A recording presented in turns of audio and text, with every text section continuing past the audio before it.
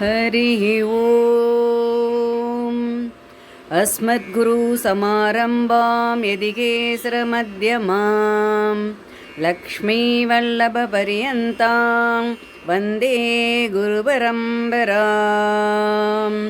सर्वत्र गोविन्दनामसङ्कीर्तनं गोविन्द गोविन्द. யசோதை கண்ணனை குழல்வார அழைக்கிறாள். கீழ்வரும் பாசுரங்கள்.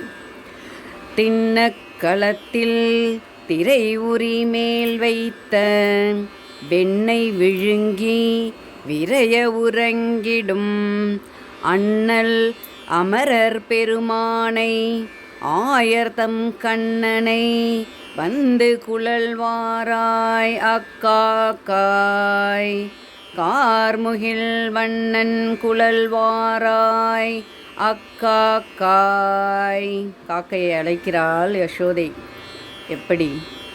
காக்கையே, உரிமேலே வைத்த உறுதியான பாத்திரத்தில் உள்ள வெண்ணெயை திண்ணக்களத்தில், திண்ணம் என்பது உறுதி, திண்ணக்களத்தில் கனமான பாத்திரத்தில் வைத்திருந்த திரைமேல் உரிமேலே வைத்திருந்த வெண்ணெயை விழுங்கி விரைய உறங்கிடும் ஓடி வந்து பொய் உறக்கம் கொண்டுள்ள சுவாமியும் அண்ணல் சுவாமி விரைய உறங்கிடும் பொய் உறக்கம், விரைந்து ஓடி வந்து விரைவாக ஓடி வந்து பொய் உறக்கம் கொண்டுள்ள எமது அண்ணல். அண்ணல் என்பது சுவாமியை குறிக்கிறார், கண்ணனை குறிக்கிறார். அண்ணல்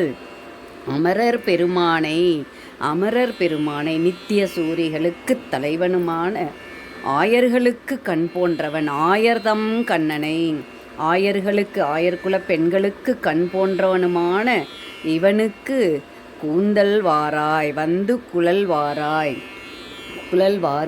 வாருவாய். மேகம் போன்ற நிறமுடையவனே, கார்முகில் வண்ணன், மேகம் போன்ற நிறமுடையவனான இவனுடைய கூந்தலை வாருவாயாக, வந்து குழல்வாராய் அக்காக்காய். குழல்வார வா என்று காக்கையை அழைக்கிறாள் யசோதை.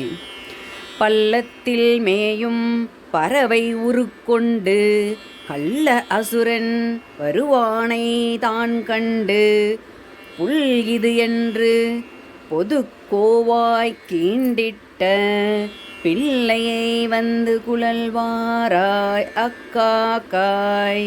பேமுலை உண்டான் குழல்வாராய் அக்காக்காய்.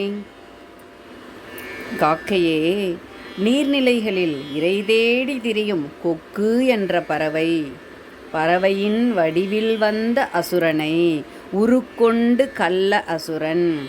பள்ளத்தில் மேயும் பறவை, நீர்நிலைகளில் இறை தேடி திரியும் கொக்கு, அங்கே நின்று இருக்கும், அந்த இறையை தேடுவதற்காக நிற்கும் அந்த கொக்கு என்ற பறவையின் வடிவில் வந்த அசுரனை, உருக்கொண்டு வந்த அசுரன், கள்ள அசுரனை விரைவாக வாயை கிழித்து தான் கண்டு புல் இது என்று பொதுக்கோ வாய் கீண்டிட்ட, வாயை கிழித்து போட்ட பிள்ளையின் குழல் வாருவாயாக.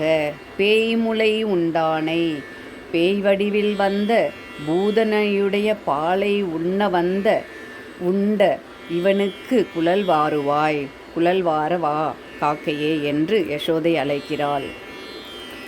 தொடர்ந்து பார்க்கலாம்.